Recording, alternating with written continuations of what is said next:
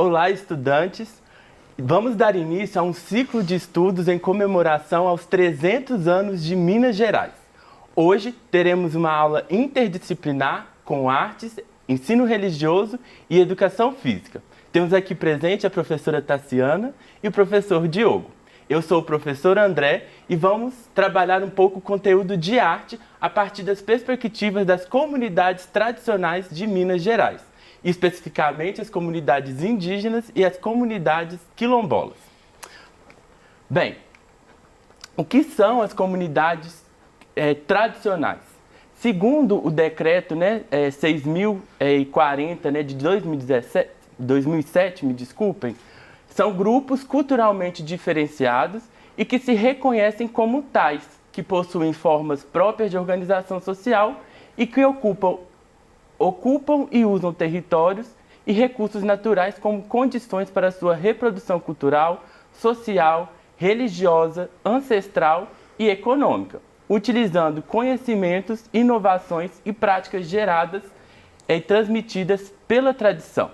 Ou seja, esses grupos, eles têm uma diferenciação dessa cultura que a gente tem no meio urbano, E, dessa maneira, elas têm uma salvaguarda do Estado para que continuem sendo preservadas esses modos de convivência e de produção ali. Bem, a gente acaba vivenciando uma certa tensão entre o que é tradição e o que é erudição, gerando uma hierarquia entre esses dois modos de viver. E bem, a gente precisa desmistificar um pouco disso, para que todos nós possamos ter uma convivência saudável e potente, valorizando as diversidades e as diferenças, Ou seja, as comunidades tradicionais não são melhores nem piores do que a cultura produzida no meio acadêmico ou produzida na cultura urbana. Bem, as comunidades indígenas, elas são caracterizadas por relações de parentesco ou vizinhança. Seus membros mantêm laços históricos culturais com as organizações sociais indígenas pré-colombianas. Em Minas Gerais, a gente tem cerca de 15 mil indígenas aldeados, além de um contingente significativo vivendo nos centros urbanos de Minas Gerais, segundo os CEDEFs, que é o centro a partir também do Centro de Documentação. Então, existe uma diversidade de comunidades indígenas no território de Minas Gerais. Vamos conhecer alguma delas? Então, a gente tem os Aranã, o Catuauá, Araxás, o Caxixó, o Quiriri, Krenak, Machacali, Mucurim, Pancararu, Pataxó, Pataxó-Ranranhan, Puris, Tuxá, Chacriabá, Chucuru, Cariri, Bem, será que você já imaginou que existe essa diversidade de comunidades indígenas em Minas Gerais? Todas essas comunidades, elas fazem parte da nossa identidade mineira, contribuindo para a construção desse modo de ser mineiro, ok? Bem, falando um pouco agora das comunidades quilombolas, a gente vai então compreender o que é essa definição de ser quilombola. Quilombo é um termo de origem banto, que significa acampamento, acampamento guerreiro na floresta. Seu significado contém o sentido de resistência da cultura brasileira. Como é muito conversado, principalmente na história, é os quilombos como uma forma de resistência, de pessoas que estavam em condições de escravidão e que fugiram e criaram uma nova comunidade. Dentro dessas comunidades, existe aí, então, uma preservação dos modos tradicionais que essas culturas africanas trouxeram para o país. E como a gente viu lá no início da nossa aula, essas culturas são importantes que sejam preservadas, para que possa ser cada vez mais fortalecido essas diversidades, Por quê? A gente também não tem muito interesse que nós sejamos todos iguais, A diversidade, ela precisa ser valorizada e que as diferenças elas possam conviver de maneira harmoniosa. Bem, desse modo eu vim trazer alguns números para vocês de comunidades quilombolas que estão certificadas, né? Existe um órgão, né, que vai verificar se essa região ela realmente se caracteriza como uma comunidade quilombola. Em Minas Gerais, a gente tem 311 comunidades certificadas, né? E temos outras em processos em aberto, né? 7 em análise técnica, aguardando visita técnica 5 e aguardando complementação de documentos 16.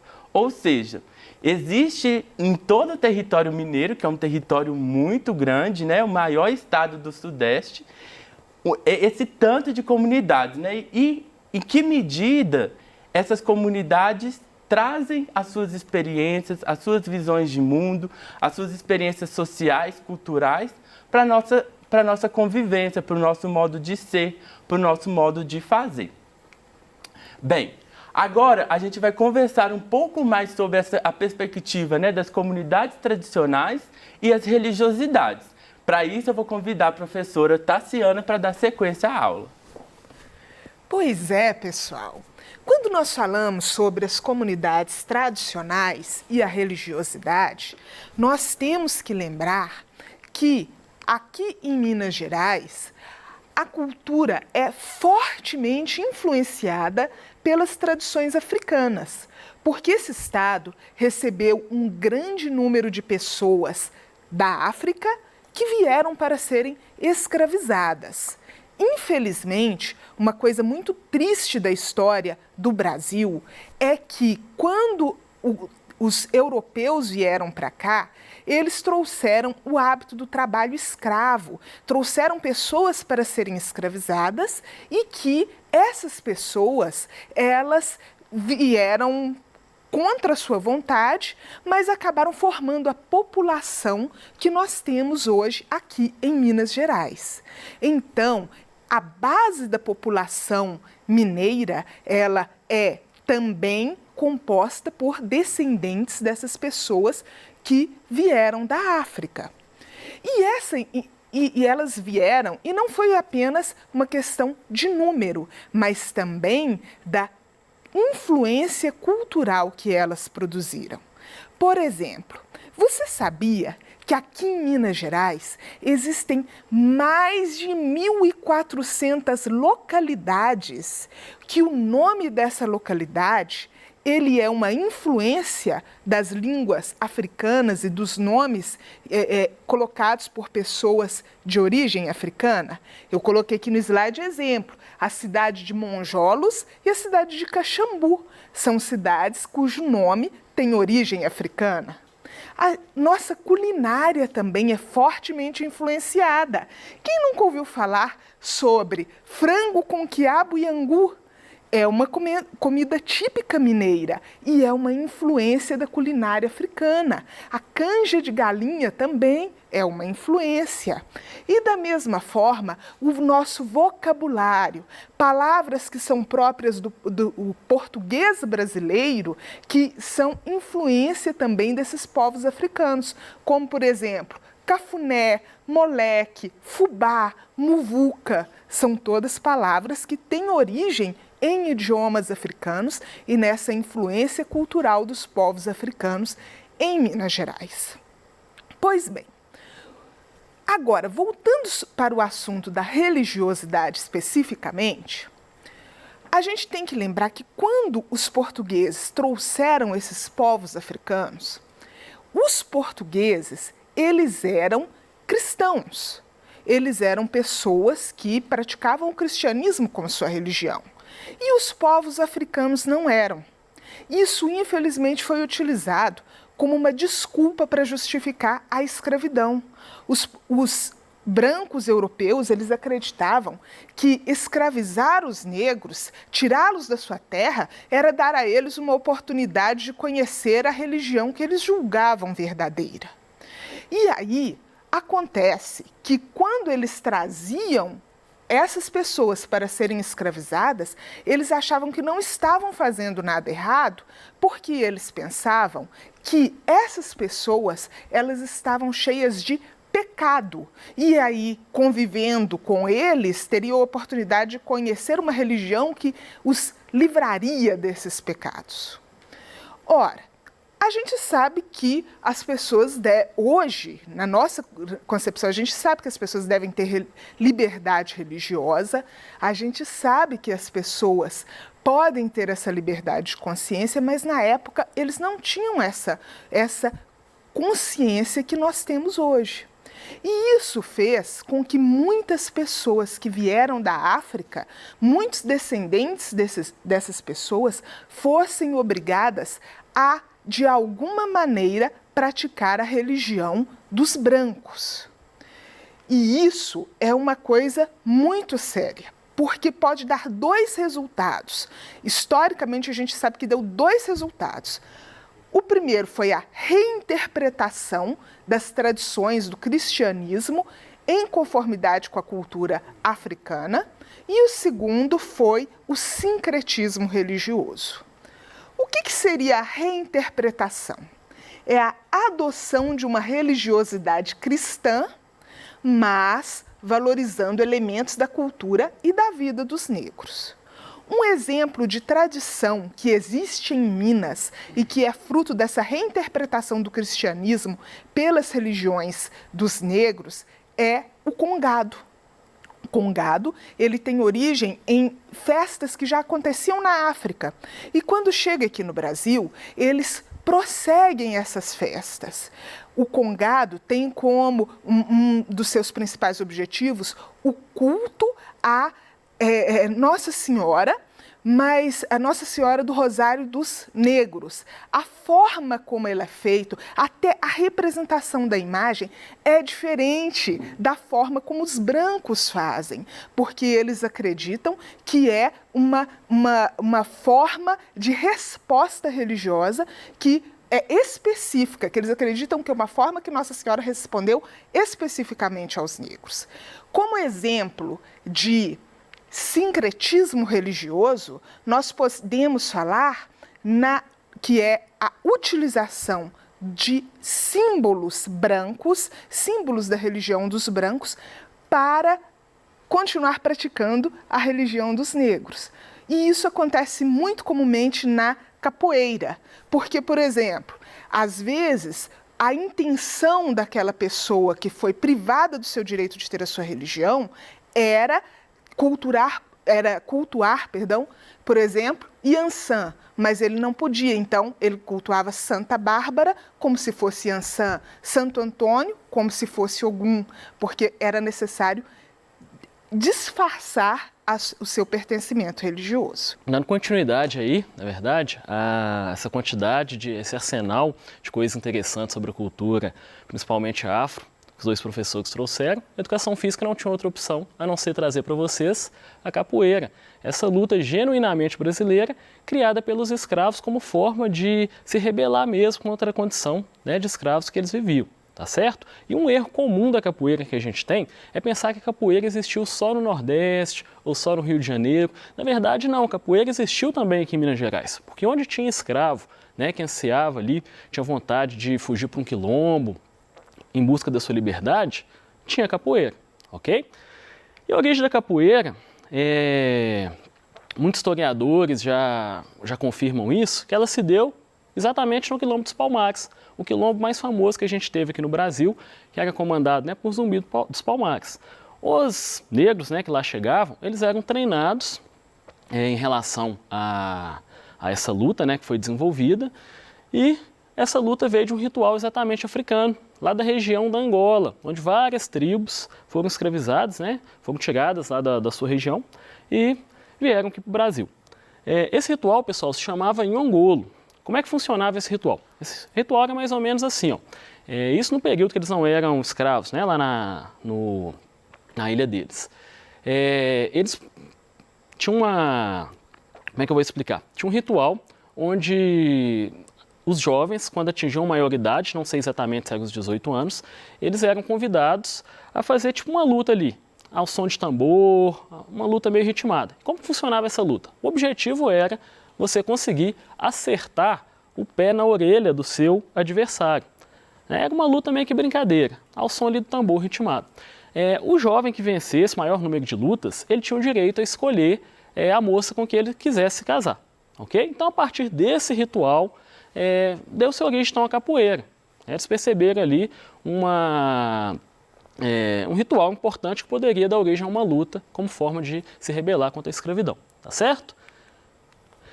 E aí a capoeira surgiu então com essas características. Foi mantida a questão da musicalidade, em respeito a esse ritual que já existia lá na África, tá certo? Em Angola, e também como forma de disfarce, pessoal. Porque pensa comigo, um dono de escravo, um senhor de engenho, né, um capataz, capitão do mato, percebesse que um negro ali, um escravo, estivesse treinando uma luta. Vocês acham que ele ia permitir? Lógico que não, né? Ele pensar, pô, esse escravo está treinando luta, né? Ele vai ficar bom nessa luta, ele vai se rebelar e vai embora qualquer dia desses, ok? Então, parecia uma dança, na verdade, tinha a questão da música ali para o disfarce, mas na verdade eles estavam treinando.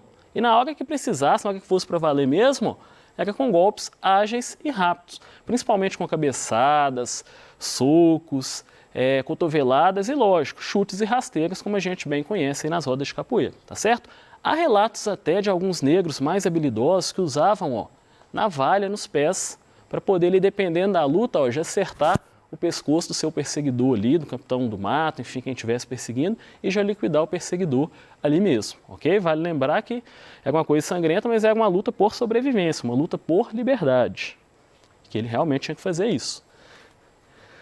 Bom, a capoeira, como vocês viram aí, ela surgiu como forma, né, a capoeira luta como forma de se rebelar contra a escravidão, como uma busca por liberdade mesmo. Essa liberdade, ela enfim chega no ano de 1888, conforme a gente está vendo nesse documento, né, histórico aqui, que a princesa Isabel assinou, da Lei Áurea, libertando os escravos. Mas como todo mundo sabe, os escravos eles foram libertados, mas foram jogados à própria sorte. E muitos não tinham condição de sobreviver, de se manter, às vezes, até de alimentar mesmo. E alguns desses escravos que conheciam, ex-escravos, né, que conheciam a capoeira, acabaram utilizando disso como forma mesmo de praticar ali pequenos delitos, fazendo com que a capoeira fosse marginalizada e criminalizada, gente. Isso mesmo. A capoeira ela foi criminalizada por 50 anos, entre o ano de 1890 até o ano de 1940. Então, se você fosse pego aí praticando capoeira, você era preso, era crime. Até que o presidente da época, que a gente está vendo aqui, o Getúlio Vargas, ele enfim assina um decreto dizendo que a capoeira não era mais um crime e abrindo espaço aí para que ela viesse se tornar esse patrimônio cultural que a gente tem hoje. O Getúlio, inclusive, ele visita a academia desses dois caras aqui, que são os principais responsáveis aí pelo renascimento da capoeira, vamos colocar assim, tá certo? Embora aqui esteja muito parecido, são pessoas diferentes, viu, pessoal? Aqui mais à nossa esquerda a gente tem o Manuel dos Reis Machado, mais conhecido como Mestre Bimba. O Mestre Bimba, pessoal, ele aperfeiçoou a capoeira que os escravos já jogavam, deixando ela mais eficaz, a questão ali dos golpes. E ele rebatizou essa capoeira como luta regional baiana. Por quê? No ano que ele começou, 1932, capoeira ainda não era permitida, então ele teve que rebatizar. Logo depois que a capoeira foi permitida, ele rebatizou de novo como capoeira regional. Ao lado dele nós temos Vicente Ferreira Pastinha, também conhecido como Mestre Pastinha. O Mestre Pastinha era a favor de uma capoeira mais raiz, mais estilo assim, né, mais lenta, mais que os escravos jogavam mesmo. E ele, então, cria, ou melhor, recria, uma capoeira bem parecida com o que os escravos jogavam e a rebatiza de capoeira Angola, tá certo? Então hoje em dia a gente tem esses dois tipos de capoeira aí. Bom, seja capoeira Angola, seja capoeira regional, pessoal, o fato é que hoje, nós temos a capoeira aí como um esporte super organizado, nós temos diversas academias de capoeira, principalmente aqui em Minas Gerais, na capital Belo Horizonte, se você procurar, tem diversos locais para a prática de capoeira. É uma ótima opção de atividade física, para quem quer se manter em forma também, gasta muita caloria, tem treino de força, de flexibilidade. Pessoa que faz capoeira, assim, ela realmente ela tem uma questão corporal ali muito forte, tá?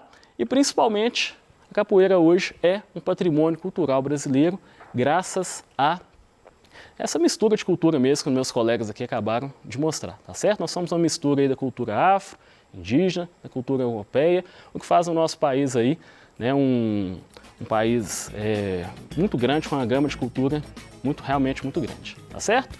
Bom, espero que vocês tenham gostado da aula. Agradecendo aqui meus colegas André, professora Tassiana. Forte abraço para vocês e até a próxima.